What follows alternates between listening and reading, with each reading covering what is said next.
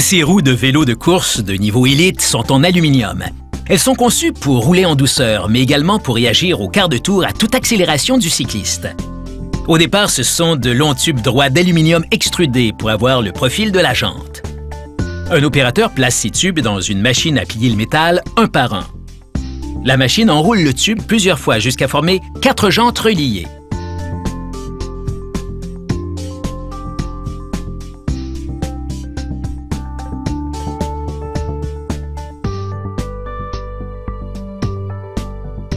Après avoir mesuré le diamètre pour s'assurer qu'il est exactement ce qu'il devrait être, un ouvrier place le tube enroulé sur un dispositif de coupe. D'un seul coup, celui-ci sépare les 4 jantes.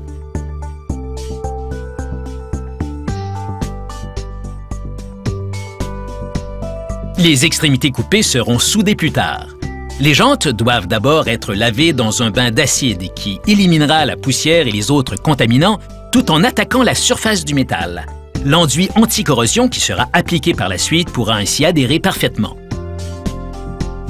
Les jantes subissent ensuite un traitement thermique afin de rendre le métal plus dur et plus robuste.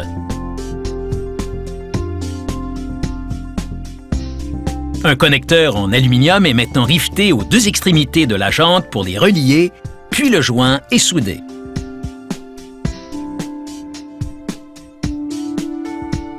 À l'aide d'un outil de coupe affûté et vibrant, une machine guidée par ordinateur égalise la ligne de soudure jusqu'à ce qu'elle soit pratiquement invisible. La jante semble ainsi sans joint. L'enduit anti-corrosion est alors appliqué par anodisation.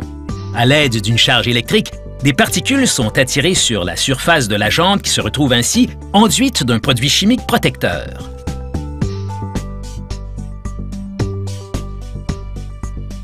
Pour ce modèle, l'enduit anodisé est noir. Une machine dirigée par ordinateur enlève ensuite un peu de métal anodisé sur environ 1/3 de la surface de la jante. On obtient ainsi une surface parfaitement plane où les patins de frein pourront s'appuyer. La machine informatisée suivante perce des trous pour les minuscules écrous d'aluminium qui retiendront les rayons d'aluminium à la jante. Et il est temps d'assembler la roue, une tâche manuelle réservée à des techniciens spécialisés, car elle nécessite un degré de dextérité manuelle qu'aucune machine ne peut égaler. Le premier technicien insère un rayon dans chaque rainure du flasque de moyeu en fibre de carbone et aluminium qui sera au centre de la roue. Une fois tous les rayons en place, le technicien les immobilise fermement avec un anneau de blocage.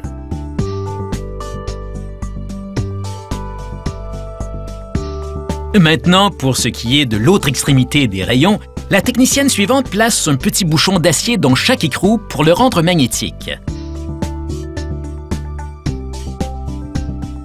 Elle insère ensuite les écrous dans la jante et à l'aide d'un aimant les attire dans les trous des rayons, puis vers l'intérieur de la roue. Elle retire ensuite le bouchon d'acier et insère l'extrémité libre d'un rayon dans l'écrou.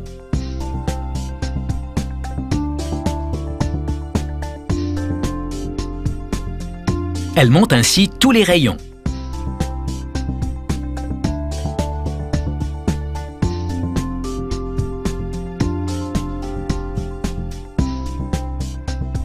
Un autre technicien maintient chaque rayon fermement tandis qu'il resserre chaque écrou à l'aide d'une clé à rayon. Cette opération, le centrage, permet de redresser les rayons et de rectifier la roue. Ce gabarit indique au technicien à quel moment la roue est centrée. À des fins d'assurance de la qualité, cette machine robotisée inspecte chaque rayon et procède aux ajustements de tension requis.